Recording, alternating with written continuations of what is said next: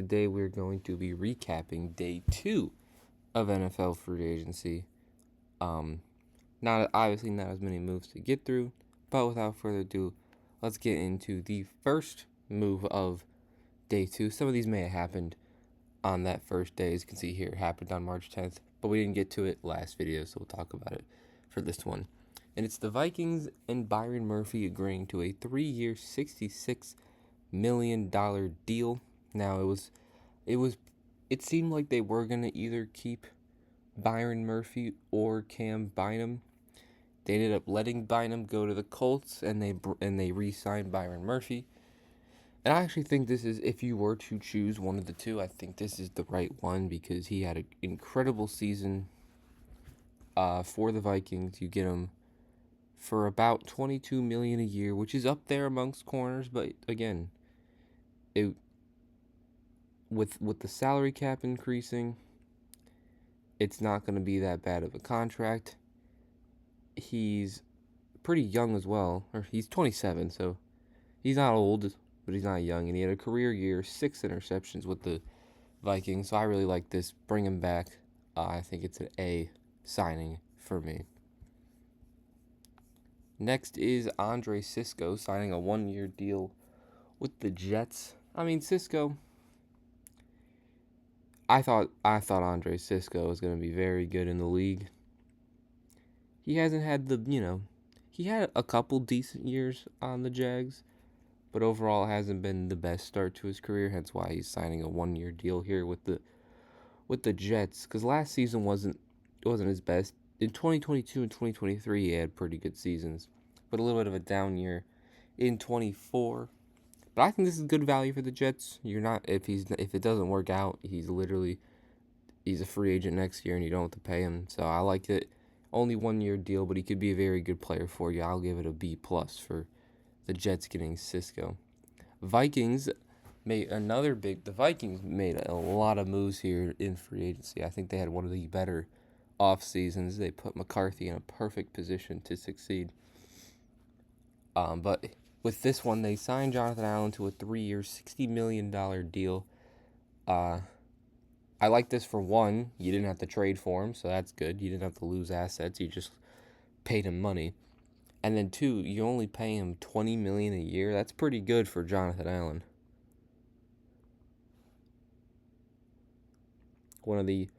I know he's 30 years old, so maybe that, makes this, some people might view this as maybe not as good of a move, but I still think he's one of the better D linemen in the league.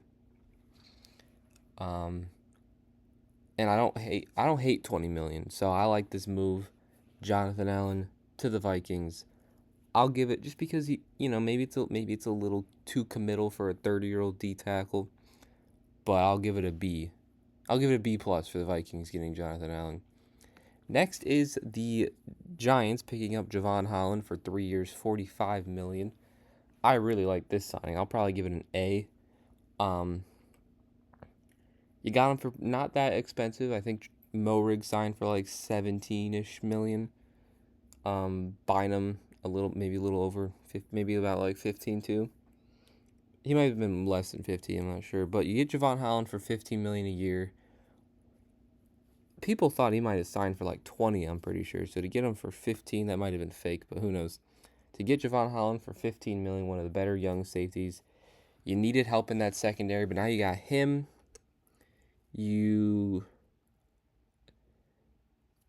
I think they added someone, I'm not sure.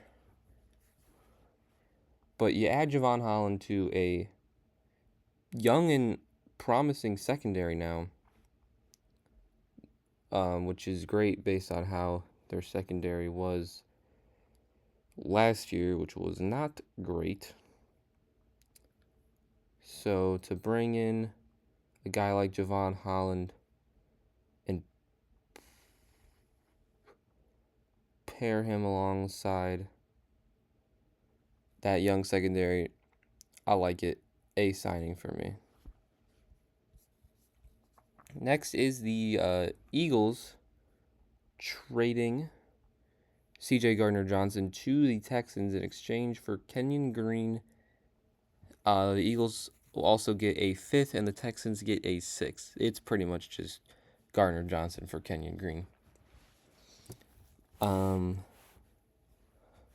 mean, I really like it for the Texans because they already have a very good cornerback room, with Lassiter and Stingley, and you also have Jalen Petrie as well. Now you can add C.J. Gardner-Johnson to that secondary.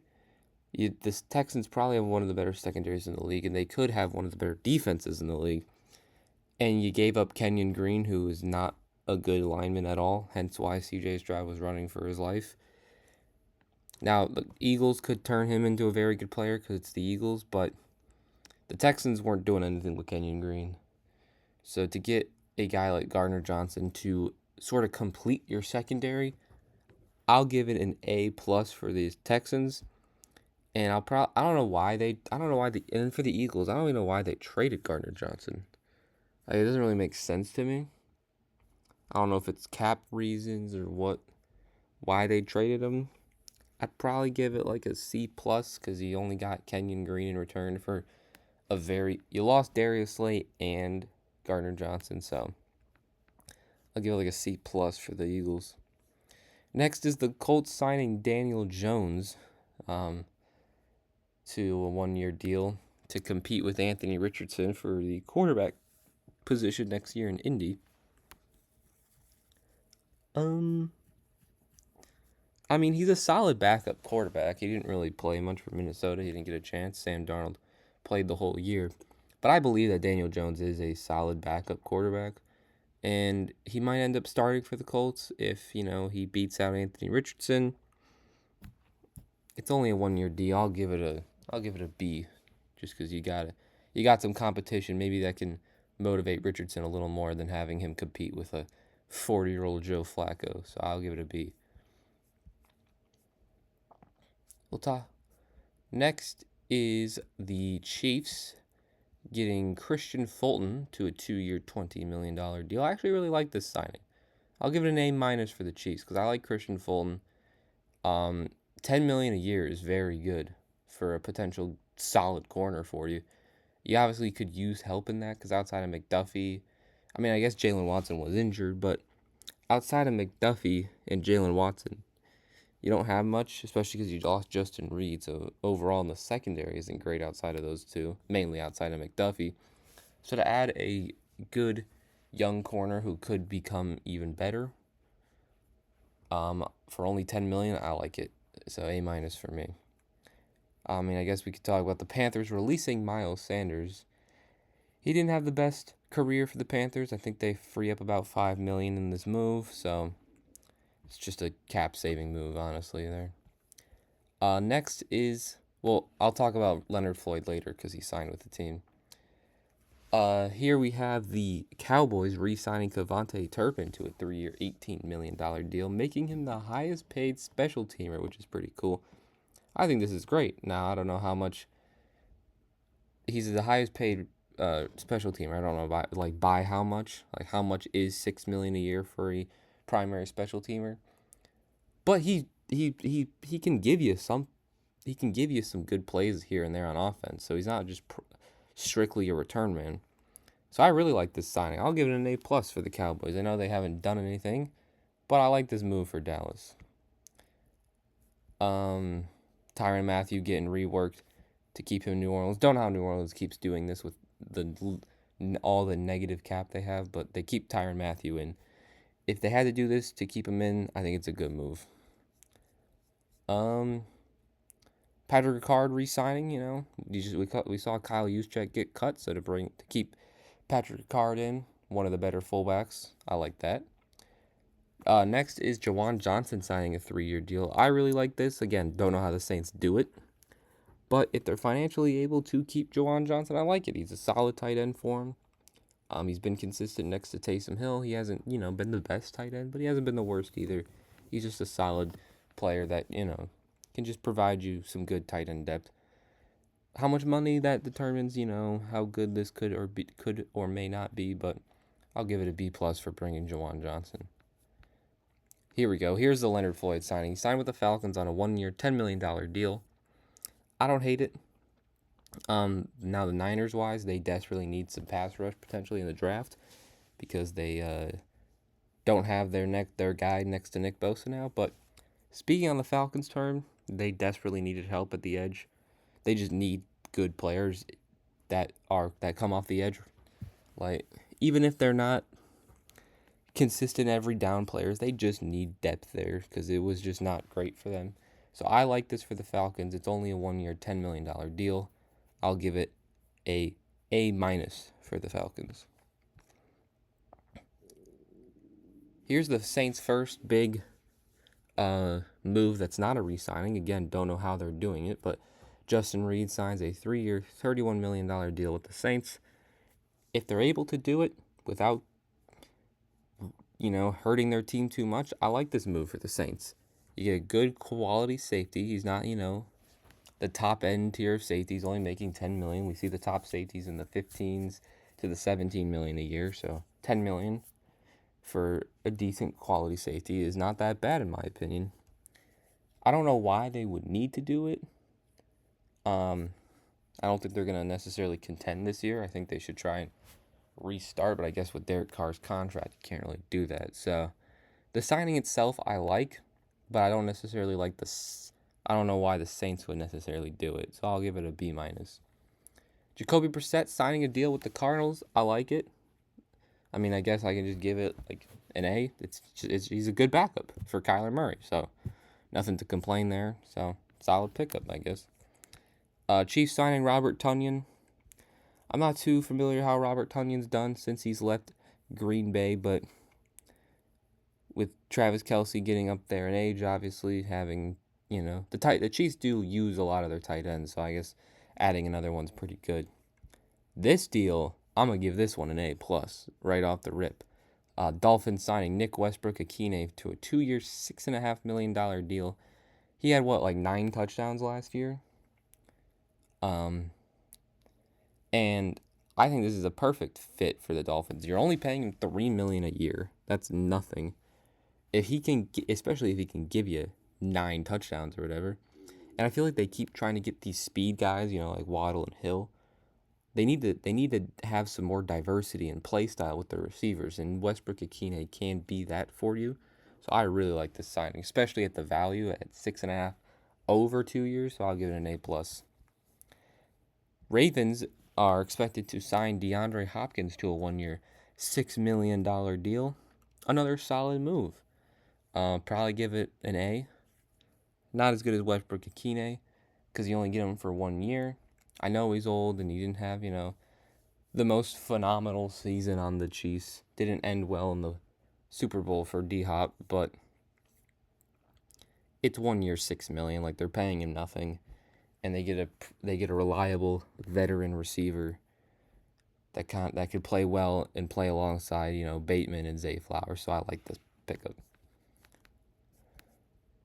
Then we get the Niners getting Demarcus Robinson on a 2-year deal with the Rams worth $9.5 million. I like the pickup. I don't know what they're gonna do salary wise now because they're losing everybody. And I don't know if Demarcus Robinson is necessarily the piece to help you get over losing all the players that you're losing, but he's a solid receiver, so I'll give it a B. 2 more moves for day 2 here. First one is Joey Bosa signing a 1-year deal with the Bills. He hasn't been the best recently, aging up, getting up there in age, been injured, hasn't been the most productive, hasn't been the Joey Bosa that he was once before, but he's still a quality player. Like, he's not terrible.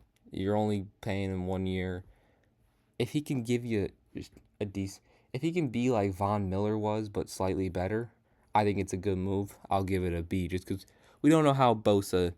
We don't know if Bosa's going to keep reclining, or if he can play a little bit, improve a little bit with the Bills.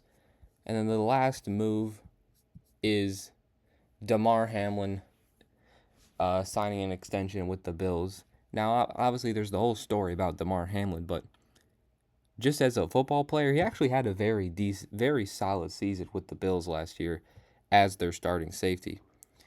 Because when he was playing before, he wasn't actually like the best, but he actually had a pretty good season with the Bills, I thought. So to keep him for a 1 year deal, I think that's actually football wise. I think it's a good move, and I like this for Damar Hamlin obviously to keep getting it contracts and keep playing. It's crazy. Shout out Damar Hamlin. And again, football wise, I think it's a good move. I'll give it a B plus for the Bills. And that is all the moves as of Wednesday, March 12th, 9:30 a.m. is when I'm recording this video. And that will do it for our day 2 recap of NFL free agency. We'll give out grades for every team, in like 2 or 3 days once pretty much all the moves have been made. Because there's still a lot of guys that could get cut once the new league year starts. So we'll do that. And then we'll get on to the draft. But if you enjoyed the video, make sure to leave a like. And if you don't want to miss more content over here, make sure to subscribe. It helps the channel a lot. Just a simple click of a button. And I'll see you guys next time. Peace.